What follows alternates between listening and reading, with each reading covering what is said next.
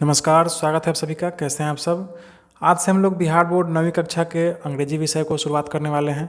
इस बुक का नाम है पैनोरमा। और देखिए इस बुक में 9 प्रोज है। प्रोज को गद्य कहते हैं, यानी कहानी है 9 गो। ठीक है। फिर इसके बाद देखिए इधर पोएट्री 8 गो है। ठीक, पोएट्री यानी कविता, 8 कविता है। उसके बाद फिर देखिए 3 चैप्टर है, रीड, थिंक एंड एंजॉय, यानी पढ़े, विचार करे और इंजॉय करे। ठीक, तो इस तरह से इसमें इतने सारे कविता है, कहानी है। आज हम लोग स्टार्ट करने वाले हैं प्रोज का पहला चैप्टर, जिसका नाम है धर्मयुद्ध। तो चलते हैं हम अध्याय पर, धर्मयुद्ध। इससे पहले आपको हम बता दें कि 9वीं कक्षा के इस इंग्लिश के अलावा गणित, विज्ञान तथा सामाजिक विज्ञान के वीडियोज भी मेरे चैनल के प्लेलिस्ट में मौजूद है, जिसे आप देखकर अपना पढ़ाई कर सकते हैं। ठीक है, तो हम चलते हैं अध्याय 1 धर्मयुद्ध पर। आप देख सकते हैं यह है आपका पहला अध्याय धर्मयुद्ध। ठीक है, इसके लेखक है अर्जुन देव चरण। ठीक, और यह जो पहला पैराग्राफ है, इस पैराग्राफ में इस कहानी के लेखक जो है अर्जुन देव चरण, इन्हीं के बारे में लिखा हुआ है। देखिए अर्जुन देव चरण पेशे से एक शिक्षक है। ठीक है, और इसके अलावा एक देखिए यहाँ पे राजस्थानी कवि और नाटककार भी हैं। ठीक है, प्रसिद्ध राजस्थानी कवि और नाटककार भी है। इनका जन्म राजस्थान के ही जोधपुर में हुआ था। ठीक है, इनके द्वारा लिखा हुआ बहुत सारा कृति है जो बहुत ही प्रसिद्ध है, जिसमें से देखिए यहाँ पे है 2 नाटक आजरा, ठीक, ग्वारी और शंकरियो, गौरी एंड शंकरियो। उसके बाद देखिए यहाँ पे है बोल मारी मछली की तोक पानी। उसके बाद है धर्मयुद्ध, जो आप पढ़ने वाले हैं। इसके अलावा है मुगाती गाथा। ठीक है, तो यह सब जो कृति है अर्जुन देव चरण के द्वारा ही लिखा गया है। ठीक है, हम चलते हैं अपने प्रोज की तरफ। देखिए प्रोज को स्टार्ट करते हैं, उससे पहले सबसे पहले तो आप यह जानिए कि इस कहानी का जो टाइटल है, इसका नाम है धर्मयुद्ध। ठीक है, यह जो धर्मयुद्ध है यह मुख्य रूप से महाभारत से लिया गया है। आप अगर महाभारत देखे होंगे तो आपको पता होगा कि महाभारत में पांडव जो होते हैं वो अपने अधिकारों के लिए अपने ही भाइयों से, अपने ही गुरुओं से क्या करते हैं, लड़ाई करते हैं। ठीक है, तो ठीक उसी प्रकार इस प्रोज में भी, इस कहानी में भी एक पद्मा नाम की लड़की है जो अपने अधिकारों के लिए अपने माता पिता से लड़ाई करती हुई दिख रही है। ठीक है, इसलिए इस कहानी का भी नाम धर्मयुद्ध पड़ गया है। ठीक, इस कहानी को स्टार्ट करते हैं। उससे पहले देखिए इस कहानी के बारे में कुछ यहाँ पे इस पैराग्राफ में दिया हुआ है, इसको हम लोग पढ़ लेते हैं। तो इसको पढ़ेंगे उससे पहले इस पैराग्राफ के जितने भी टफ वर्ड्स है इसको आप लिख लें। स्टोरी मतलब कहानी, यंग मतलब युवा या जवान, स्क्रिप्चर मतलब शास्त्र, फील मतलब महसूस करना, एग्रीव्ड मतलब पीड़ित या दुखित, एजिटेटेड मतलब उत्तेजित, अनचैरिटेबल मतलब कठोर, ऑर्थोडॉक्स मतलब रूढ़िवादी या परंपरावादी जो पुराने विचारों को मानते हैं, एटीट्यूड मतलब रवैया या मनोभाव, सोसाइटी मतलब समाज, रिपीटेडली मतलब बार बार, पेरेंट्स मतलब माता पिता या गार्जियन, राइट्स मतलब अधिकार, आइडेंटिटी मतलब पहचान। ठीक है, तो चलिए अब हम इस कहानी को शुरू करते हैं। Dharmayuddh is the story of Padma, a young girl. देखिए यह जो धर्मयुद्ध कहानी है यह पद्मा नाम की एक युवा लड़की पर है। ठीक है, educated through scriptures like the Ramayana, the Mahabharata etc। ठीक है, और वह जो लड़की है पद्मा, वह बचपन से ही रामायण और महाभारत जैसे शास्त्रों को देख देख के क्या हुई है, पढ़ पढ़ के बड़ी हुई है। ठीक, she feels aggrieved and agitated by the uncharitably orthodox attitude of the society towards women। यानी समाज में महिलाओं के प्रति जो कठोर रूढ़िवादी परंपरावादी रवैया है, उससे वह लड़की काफ़ी दुखित महसूस करती है अपने आप को। ठीक है, she repeatedly questions her parents and her teachers about the rights and the identity of a women. ठीक है, और महिलाओं के पहचान और अधिकार के बारे में वह हमेशा अपने माता पिता से और अपने शिक्षकों से क्या करती है, सवाल करती रहती है। कौन? पद्मा। ठीक, and ask them whether her identity is subject to her marriage. और वह यह भी पूछती है हमेशा अपने माता से, पिता से, शिक्षक से कि क्या उसका जो पहचान है वह शादी के बाद ही उसके पति से मिलने वाला है। ठीक है, तो देखिए यह जो पैराग्राफ है इसको पढ़ने के बाद आपको भी थोड़ा मोड़ा समझ में आ गया होगा कि यह जो हमारा कहानी है वह किस चीज़ पर आधारित है। ठीक है, देखिए आज भी हमारे समाज में जो महिलाओं की पहचान है वह उसके पति से ही मिलती है। ठीक है, उस महिला का अपना कोई पहचान नहीं होता है, सही में नहीं होता है। ठीक है, आप अपना उदाहरण ही ले लें। अगर आप कहीं बाहर जाते हैं, किसी चौक पे या बाज़ार पे जाते हैं, अपने गाँव में कहीं अगल बगल में जाते हैं, तो आपसे कोई पूछता है तो आप अपने पिताजी का नाम बताते हैं, ठीक है। पूछता है कोई आपसे कि कौन है तुम, है ना, तो आप क्या करते हैं, अपने पिताजी का नाम बताते हैं, तो वह आपको पहचान जाता है, ठीक। लेकिन अगर आप अपने पिताजी की जगह अपने माता का नाम लेंगे तो आपको कोई नहीं पहचानेगा, ठीक है। इससे क्या साबित होता है, इससे यह साबित होता है कि हमारे समाज में जो महिलाओं की स्थिति है, महिलाओं का जो पहचान है, ठीक है, वह पहचान किससे है, उसके पति से है, ठीक है। उसका अपना कोई पहचान नहीं है, ठीक। और इसी समाज के बिहेवियर पर, रवैये पर यह जो पद्मा नाम की लड़की है वह सवाल खड़ी कर रही है, ठीक। देखिए यहाँ पे आपका अध्याय शुरू हो रहा है, आपका जो स्टोरी है यहाँ पे शुरू हो रहा है, धर्म युद्धा। तो देखिए इस स्टोरी को हम लोग स्टार्ट करेंगे, उससे पहले इस स्टोरी में जितने भी टफ वर्ड्स हैं उन सभी का मीनिंग आप अपने कॉपी में लिख लें। देखिए डिफरेंट मतलब अलग या विभिन्न, डार्लिंग मतलब प्रिय या प्यारा, बेस्टो मतलब देना, फॉर योर सेक मतलब तुम्हारे लिए, लिंक्ड मतलब जुड़ा हुआ, चेरिस मतलब संजोना या पालना, बॉन्ड मतलब बंधन या संबंध, लैंड मतलब देना, सेंसलेस मूर्खतापूर्ण, हेल नरक, इनजस्टिस अन्याय, कंसीडर्ड का मतलब मानना, बार्गेनिंग सौदेबाजी, ह्यूमन रेस मानव जाति, साइंस बिना के बिना, वेनरेटेड मतलब सम्मानित या पूजा जाना, सेंट साधु सज्जन, इमोरल मतलब चरित्रहीन, वांटन मतलब आवारा, ठीक है। तो चलिए अब हम शुरू करते हैं। देखिए पद्मा जो लड़की है, युवा लड़की, यह अपने माता से पूछ रही है, mother what is the identity of a women, यानी माँ एक औरत की क्या पहचान होती है, ठीक। तो उसकी माँ रिप्लाई करती है, जवाब देती है, माँ है, why do you ask that, तुम यह क्यों पूछ रही हो, ठीक है। चलते हैं अगले पेज पे। तो देखिए यहाँ पे पद्मा जवाब दे रही है, पूछ रही है अपनी माँ से कि how am I different from others, मैं दूसरों से अलग कैसे हूँ, ठीक। तो माँ उसकी बोल रही है कि you are my daughter, our only child and your father's darling, ठीक है। उसकी माँ क्या कर रही है कि तुम मेरी बेटी हो, हमारी इकलौती संतान हो और अपने पिता की प्रिय हो, ठीक है। तो पद्मा कह रही है, father cares more for money than for me, क्या करिए कि पिताजी मुझसे ज़्यादा पैसों पर ध्यान देते हैं, मुझसे ज़्यादा पैसों से प्यार करते हैं, ठीक। It takes a heart to bestow love, वह क्या करिए पद्मा कि प्यार देने के लिए या प्रेम करने के लिए एक हृदय चाहिए, ठीक है। उसे कहने का मतलब है कि प्रेम करने के लिए एक हृदय चाहिए जो हमारे पिता में नहीं है, क्योंकि वो हमेशा पैसे के पीछे भागते रहते हैं, ठीक। तो माँ उसकी जवाब दे रही है कि फॉर हुम डज ही सेव, ठीक है, कि वे किसके लिए बचत करते हैं, वे उतना पैसा कमाते ही हमेशा पैसे के पीछे ही भागते हैं, तो वह पैसा किसके लिए कमाते हैं, ठीक। He does all this only for your sake, ठीक है, वे ये सब सिर्फ तुम्हारे लिए करते हैं, ठीक है, क्योंकि पद्मा एकमात्र बच्ची है उन दोनों की, ठीक। तो वे पैसा कमाते हैं तो किसके लिए कमाते हैं, सिर्फ उसी के लिए कमाते हैं। You should not think that I have no heart, ठीक है, तुम्हें ऐसा नहीं सोचना चाहिए कि मेरे पास दिल नहीं है, ठीक। तो पद्मा बोलती है कि but I didn't say it of you, Padma क्या बोलती है कि पर मैंने ऐसा तुम्हारे लिए नहीं कहा था। देखिए पद्मा जब पूछती है तो उसकी माँ जो जवाब दे रही है तो उसमें यह कह रही है कि you should not think that I have no heart, कि तुम्हें ऐसा नहीं सोचना चाहिए कि मेरे पास दिल नहीं है। लेकिन पद्मा तो अपने पिताजी के बारे में कह रही है, ठीक, लेकिन माता जो है वह क्या कर ली, अपने पर ले ली। तो पद्मा कह रही है कि but I didn't say it of you, माने हम यह तुमको नहीं कह रहे थे, या तो हम तो पापा को कह रहे थे। तो उसकी माँ जवाब दे रही है कि I am not in any way different from him, क्या करी है कि मैं उनसे किसी भी मायने में किसी भी तरह से अलग नहीं हूँ, किन से, अपने पति से, ठीक। My identity is linked with his, यानी मेरी जो पहचान है, पद्मा की जो माँ का पहचान है वह किन से जुड़ा हुआ है, उनके पति से जुड़ा हुआ है, ठीक, यानी पद्मा के पिता से जुड़ा हुआ है। And I cherish the bond, ठीक, और यह जो बंधन है इसको मैं संजोती हूँ, यानी इस संबंध का मैं कदर करती हूँ, ठीक है। उसके बाद देखिए यहाँ पे ब्रैकेट में दिया हुआ है इंटर्स पद्माज फादर, यानी अब पद्मा के पिताजी का एंट्री होता है, घर में आते हैं, ठीक है। यानी पद्मा अपने माता से सवाल जवाब कर रही थी, वैसे ही पिताजी घर में आते हैं। तो अब फादर पूछते हैं पिताजी, what is this talk about the bond Padma's mother, ठीक।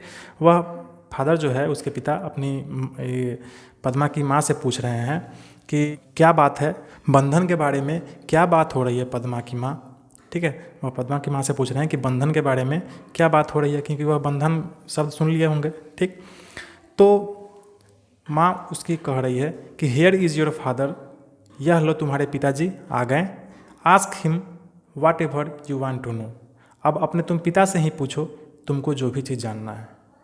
ठीक है। अब पद्मा की माँ अपने पद्मा के पिता को सारा जिम्मेवारी सौंप दी उसके प्रश्न का उत्तर देने का। ठीक, तो फादर उसके पूछते हैं कि व्हाट्स इट माई चाइल्ड। उसके पिता पद्मा से कह रहे हैं कि क्या बात है मेरी बच्ची। तो पद्मा नहीं बोलती है, माँ ही कहती है, she wants to know what is the identity of a women.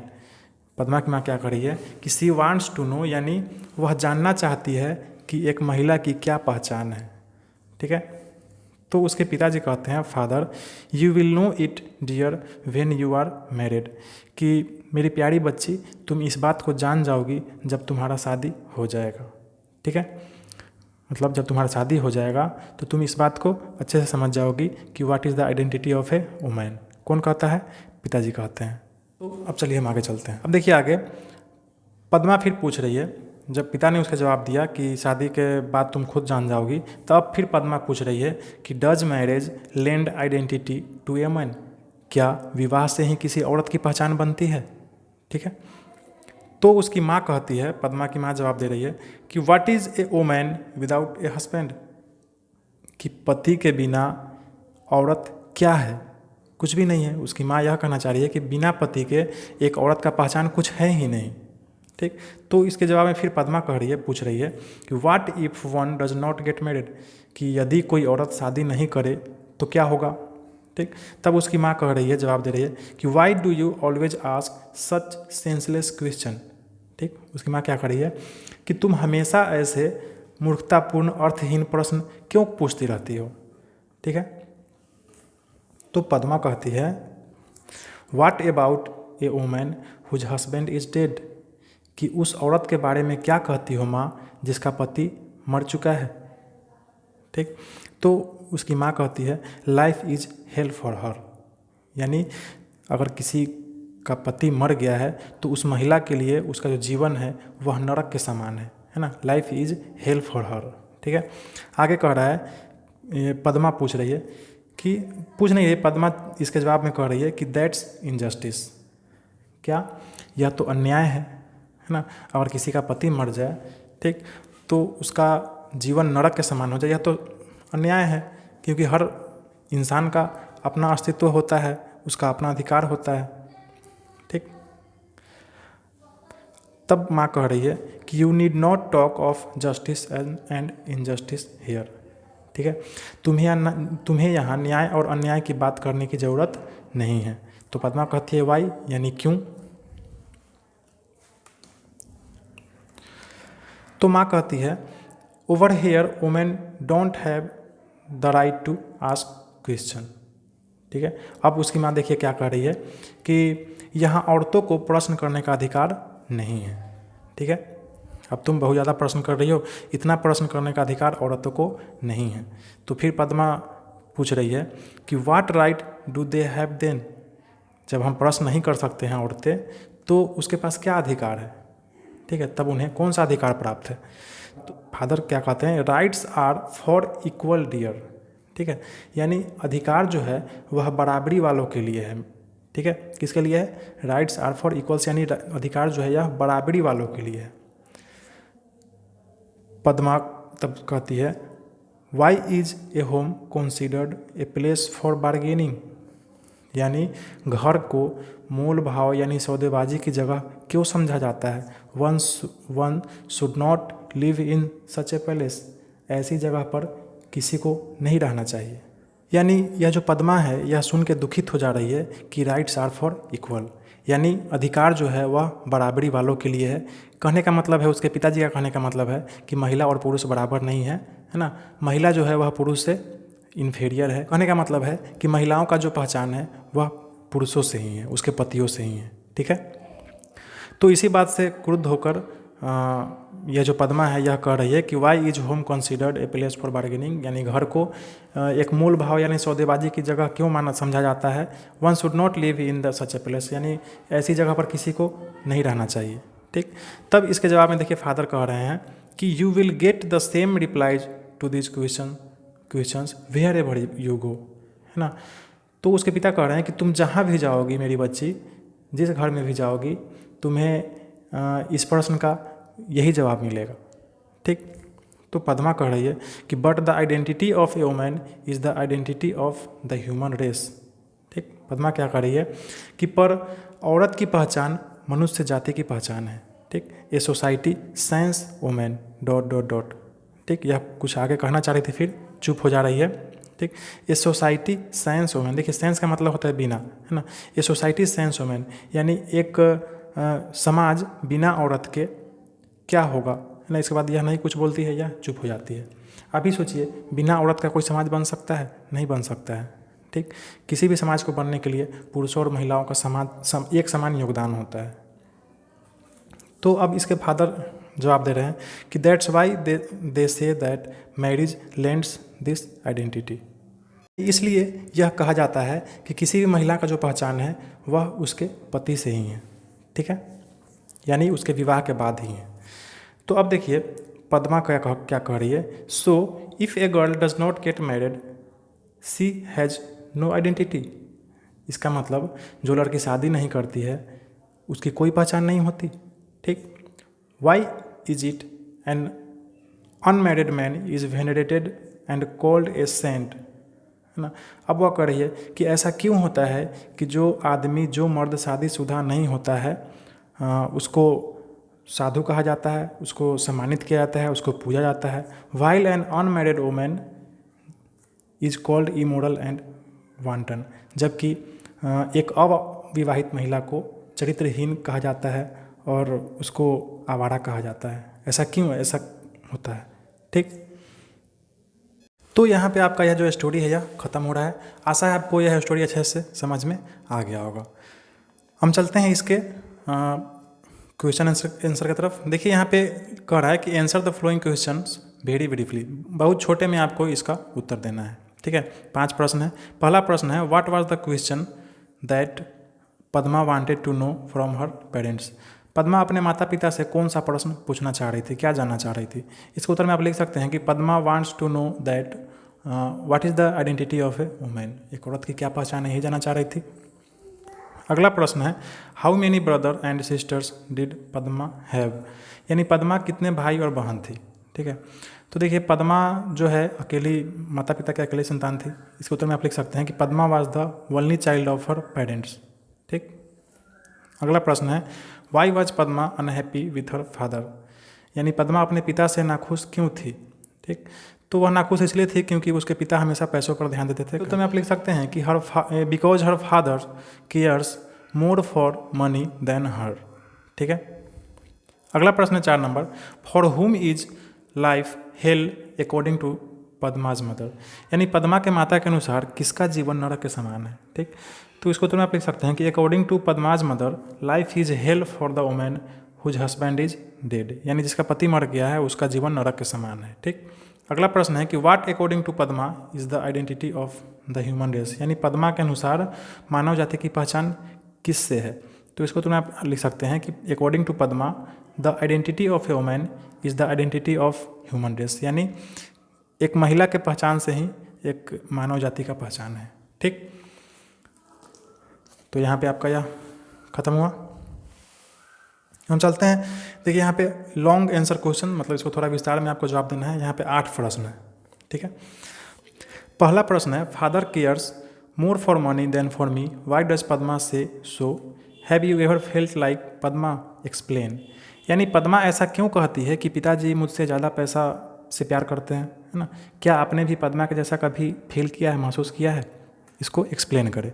तो इसके उत्तर में आप लिख सकते हैं कि Padma said father cares more for money than for me because her father was more busy in making money for his family, her father does not give time for him, so she is disappointed by her father's behavior. Yes, sometimes I also feel like Padma, but we should also understand that our parents are busy in making money only for us. ठीक है। अगला प्रश्न है इसमें 2 number, what according to Padma's father is the identity of a women, do you agree with him. यानी पद्मा के पिता के अनुसार एक औरत की क्या पहचान है, क्या आप इससे सहमत हैं। यानी उसके पिता के अनुसार जो औरत की जो पहचान है उससे आप सहमत हैं। तो इसको उत्तर में आप लिख सकते हैं, according to Padma's father marriage gives identity to a women, it means a women's identity depends on the identity of her husband, a women on her own has no identity. I agree with the views of Padma's father, but his views are not always true because successful women have their own identity. Example में है रानी लक्ष्मीबाई है, Indira Gandhi, Sania Mirza, MC Mary Kom, Mamata Banerjee, Nirmala Sitharaman etcetera, है ना, are some examples that proves that women also have their own identity. ठीक, यानी कुछ महिलाओं का उदाहरण है, इससे यह प्रूव होता है कि महिलाओं का भी अपना पहचान होता है। ठीक, चलिए अगला प्रश्न है 3 number, what question did Padma ask that her mother calls senseless, why did Padma's mother call it senseless, explain. यानी पद्मा ने कौन सा ऐसा प्रश्न पूछ दिया तो उसकी माँ ने उसे सेंसलेस कह दिया, और पद्मा की माँ ने उसे सेंसलेस ही क्यों कहा। ठीक, तो इसको उत्तर में आप लिखेंगे कि when Padma knows the view of her mother that marriage lends identity to a women and a women without husband is nothing, then Padma asks her mother what if one does not get married, and hence her mother gets irritated by her next question and calls her senseless. ठीक है, अगला प्रश्न है 4 number, what is the injustice that Padma talked about. यानी पद्मा किस अन्याय की बात कर रही है। ठीक, इसके उत्तर में आप लिखेंगे कि when Padma knows the opinion of her parents that a women's life is hell after her husband's death and a women always get her identity by her husband, she does not like this idea for our society of our society, hence she calls it injustice because she believes that a woman's identity should not be dependent on any other। ठीक है, अगला प्रश्न है sketch the character of Padma, यानी इस कहानी में पद्मा का जो चरित्र है उसका वर्णन करें। ठीक, देखिए इसको तो उत्तर में आप यहाँ से लिख सकते हैं कि Padma is a young modern girl, she is educated through scriptures like the Ramayana, the Mahabharata, etc. She feels aggrieved and agitated by the uncharitably orthodox attitude of the society towards women. She repeatedly questions her parents and her teachers about the rights and the identity of a woman and asks them whether her identity is subject to her marriage। ठीक है, अगला प्रश्न है आपका, Padma's mother is the true image of a typical traditional women, elaborate. यानी पद्मा की माँ पुराने विचारों को मानने वाली महिला है, इसको विस्तार करें। ठीक है, तो इसको उत्तर में आप लिख सकते हैं कि Padma's mother strongly believes that the identity of a women is from her husband, she believes that the life of a women without her husband is hell for her, she tells her daughter I am not in a way different from my husband and my identity is linked with him and I cherish the bond. Hence Padma's mother is really the true image of a typical traditional woman। ठीक, अगला प्रश्न है 7 number, discuss the main idea content in the text. यानी इस कहानी का जो main idea है, क्या कहना चाह रहा है यह कहानी, इसका मुख्य विचार आपको बताना है। तो इसके उत्तर में आप लिखेंगे, in idea content in the lesson is about the identity of a women is not always inferior to man, if she get equal opportunity like man she will also get success in her life and hence she should have equal rights and identity like man in the society, a women should not be dependent on her marriage और her husband for her identity. ठीक है, अगला प्रश्न है 8 number, why is the lesson called Dharma Yuddha, give reason. ठीक, इस पाठ का नाम धर्म युद्ध ही क्यों रखा गया है, इसका कारण दे। तो इसके उत्तर में आप लिख सकते हैं कि the title of this lesson is Dharmayuddh because it reminds the battle of Mahabharat in which Arjun had to fight against his own brothers and teachers for his rights. In this lesson Padma is also fighting with her mother father for her rights in the family and the society. Anyone should not hesitate indulging arms against injustice no matter that it has been committed by his own near and dear. ठीक है, हम चलते हैं आगे। देखिए आगे group discussion करना है आपको, अपने क्लास में ही अपने दोस्तों के साथ ग्रुप डिस्कशन करना है। ठीक, यह दोनों टॉपिक है, इस पे आप कर सकते हैं। हम आपको समझा दे रहे हैं। पहला है कि an unmarried man is venerated and called a saint while an unmarried women is called immoral and wanton, is it justified. यानी एक अविवाहित पुरुष को साधु कह के सम्मानित किया जाता है, जबकि एक अविवाहित महिला को चरित्रहीन कहा जाता है। क्या यह उचित है? ठीक, इस पर आपको ग्रुप डिस्कशन करना है अपने दोस्तों के साथ। दूसरा है both men and women are equally important for the human society, do you agree. यानी महिला तथा पुरुष दोनों समान रूप से हमारे मानव समाज के लिए महत्वपूर्ण है। क्या आप इससे सहमत हैं?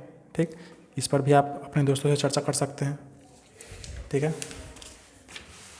अब हम चलते हैं आगे। देखिए आगे कंपोजिशन है, इसमें आपको कुछ करना है, बनाना है। पहला प्रश्न है कि write a paragraph in about 100 words on the status of women in our society. ठीक, यानी हमारे समाज में महिलाओं की स्थिति पर आपको 100 शब्दों में एक पैराग्राफ यानी अनुच्छेद लिखना है। ठीक है, तो इसको आप खुद से लिखने का प्रयास करें। ठीक, अगला प्रश्न है कि write a letter to your friend emphasising equality between men and women. यानी महिला तथा पुरुष के समानता पर जोर देते हुए अपने दोस्त के पास एक पत्र लिखें। ठीक है, तो आप इस दोनों को खुद से कर लें, खुद से करने का प्रयास करें, ज़्यादा अच्छा रहेगा। अब देखिए आगे चलते हैं हम वर्ड स्टडी। इसमें देखिए correct the spelling of the following words. इसमें कुछ वर्ड्स है, इसका स्पेलिंग गड़बड़ दिया हुआ है, इसमें आपको इसको सही करके बताना है कि किसका ये कौन सा सही है, यानी कौन सा स्पेलिंग कहाँ पे गलत है, इसको आपको ठीक करना है। ठीक, तो देखिए इसको हम ठीक कर दिए हैं। देखिए यहाँ पे आइडेंटिटी होगा। ठीक है, इसका मतलब होता है पहचान। इसके बाद देखिए यहाँ पे डिफरेंट है, DIFFERENT यानी विभिन्न। डॉटर है DAUGHTER मतलब बेटी, आपको तो पता ही है। बेस्टो BESTOW यानी प्रदान करना या देना। ठीक है, देखिए यहाँ पे एस के बाद ई लगेगा, सेंसलेस। ठीक है, इसका मतलब होता है मूर्खतापूर्ण।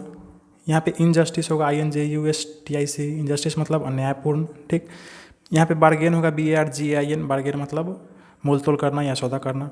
देखिए यहाँ पे सोसाइटी होगा SOCIETY, सोसाइटी यानी समाज। यहाँ पे होगा मैरिज MARRIAGE। ठीक, मैरिज मतलब शादी। ठीक है, हम चलते हैं अगले प्रश्न पर। देखिए अगला जो प्रश्न है क्या कह रहा है कि lookup dictionary and right at least 2 meaning of the following. यानी देखिए यह जो 10 गो शब्द दिया हुआ है, इसका आपको 2 गो मीनिंग लिखना है। ठीक है, तो देखिए यहाँ पे मनी है। ठीक, तो मनी का आप लिख सकते हैं, बहुत सारा मीनिंग हो सकता है, धन, संपत्ति। ठीक है, मुद्रा, रुपए, माल भी हो सकता है इसका अर्थ। अगला है सेव। सेव का मतलब होता है बचत करना, सहेजना, जमा करना, रक्षा करना। ठीक है, चाइल्ड मतलब होगा बच्चा, संतान। ठीक, हस्बैंड का मतलब होगा पति, शौहर, आदमी। ठीक, हेल का मतलब होगा नरक, दुर्दशा भी होता है इसका आंसर, ये हिंदी। ठीक, उसके बाद देखिए वेनरेटेड है। वेनरेटेड का मतलब होता है पूजा जाना। ठीक, या सम्मानित होना। ठीक, अगला है सेंट। सेंट का मतलब साधु भी होता है, संत भी होता है, महात्मा भी होता है।